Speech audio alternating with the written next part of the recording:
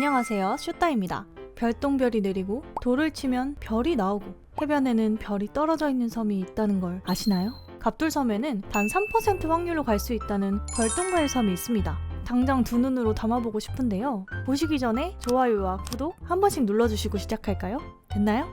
좋아요. 가시죠. 일단 동머니즘을 믿고 별똥별섬과 어울리는 옷으로 갈아입어 볼게요. 이 정도면 별이 내려도 뭐가 별인지 잘 모르겠죠?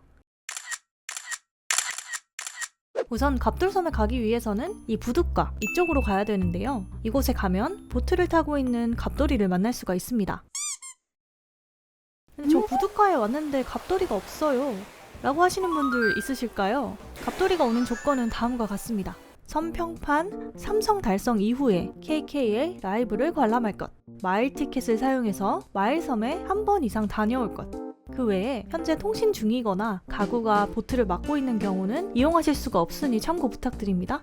일단 집과 부둣가를 빠르게 오갈 수 있도록 근처에 토간을 설치하고 갑돌이에게 말을 걸어서 출발을 한번 해보겠습니다. 1000마일리지를 지불하면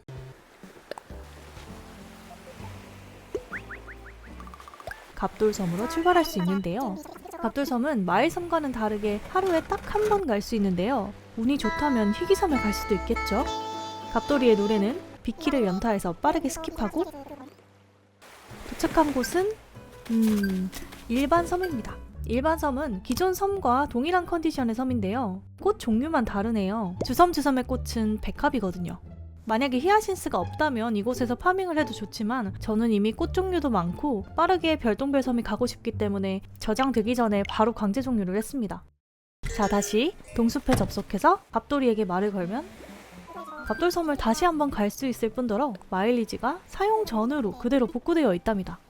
그러면 마일리지의 소모 없이 희귀섬에 갈 수 있는 거죠. 아무 일 없었던 것처럼 다시 출발할게요.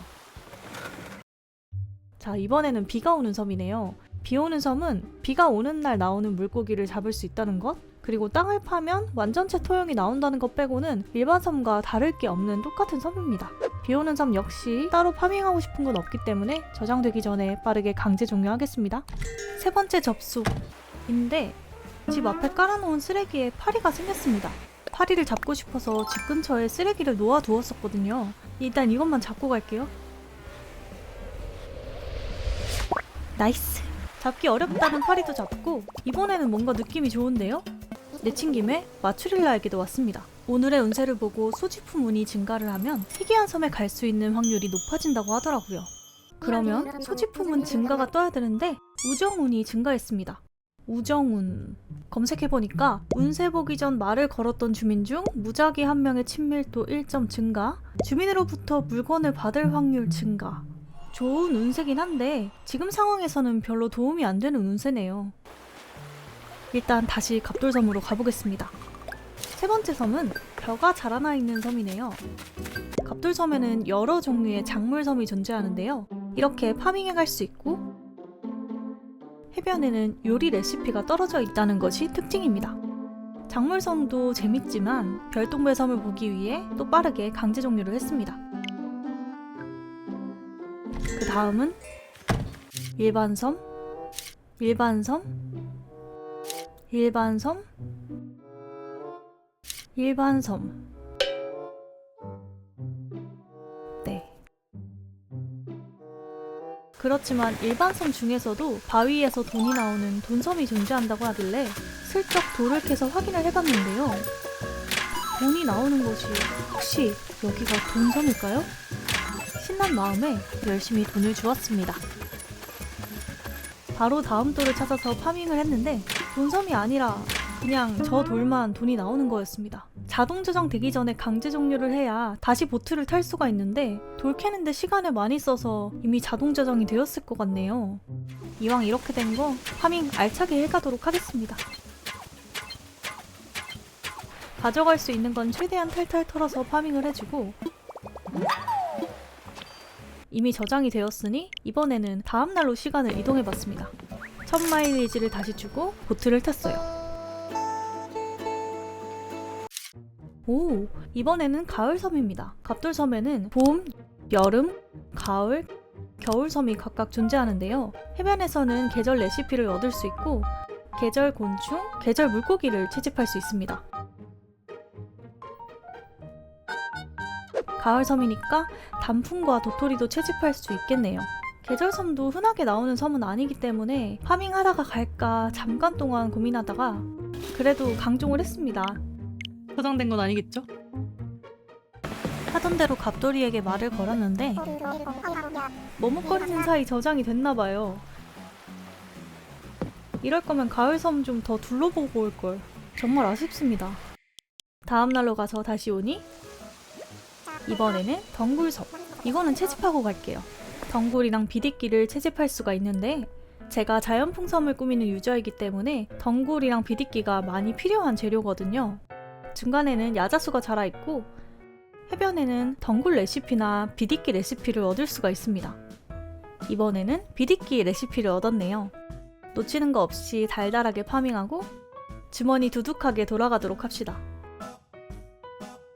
한 번 보고 실망해서 깜빡했었는데 지금처럼 이렇게 파밍을 하고 다음날로 가야 할 때면 마추릴라에게 운세를 보고 출발해야겠어요. 혹시 모르잖아요?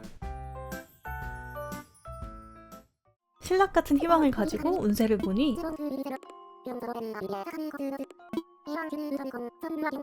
바로 소지품운 증가가 떴습니다.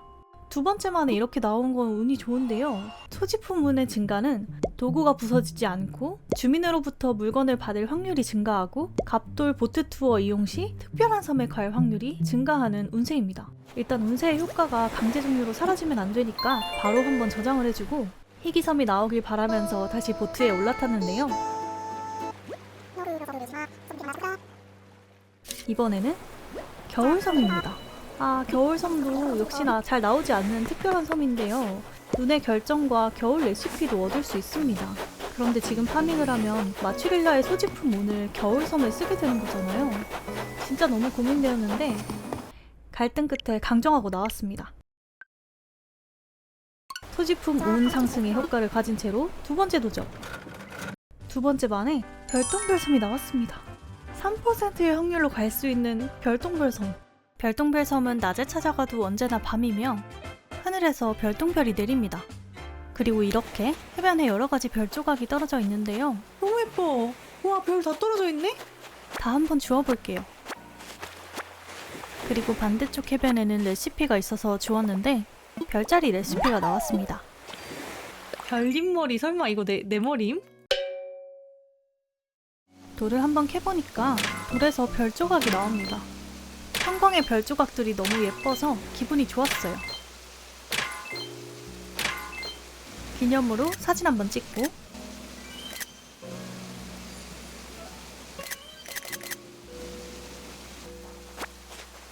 진짜 예쁘다. 너무 행복해. 힐링돼요.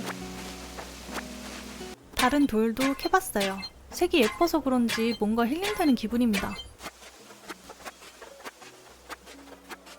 돌을 깨면 뭐가 나올까 궁금해서 야자 열매를 먹고 한번 깨봤는데 별은 이미 다 나온 건지 돌이 나왔습니다. 이쪽도 마찬가지네요. 그리고 별똥별이 떨어질 때마다 소원을 빌었는데요. 이때 떨어진 별 조각은 갑돌섬이 아니라 다음날 본인의 섬 해변으로 떨어진다고 합니다. 20개까지 가능하다고 하는데 몇 번인지 세어보진 않았지만 최대한 많이 소원을 빌어보았어요. 주섬주섬으로 돌아가는 배를 탔는데 점점 날이 밝아오는 모습이 너무 낭만적입니다.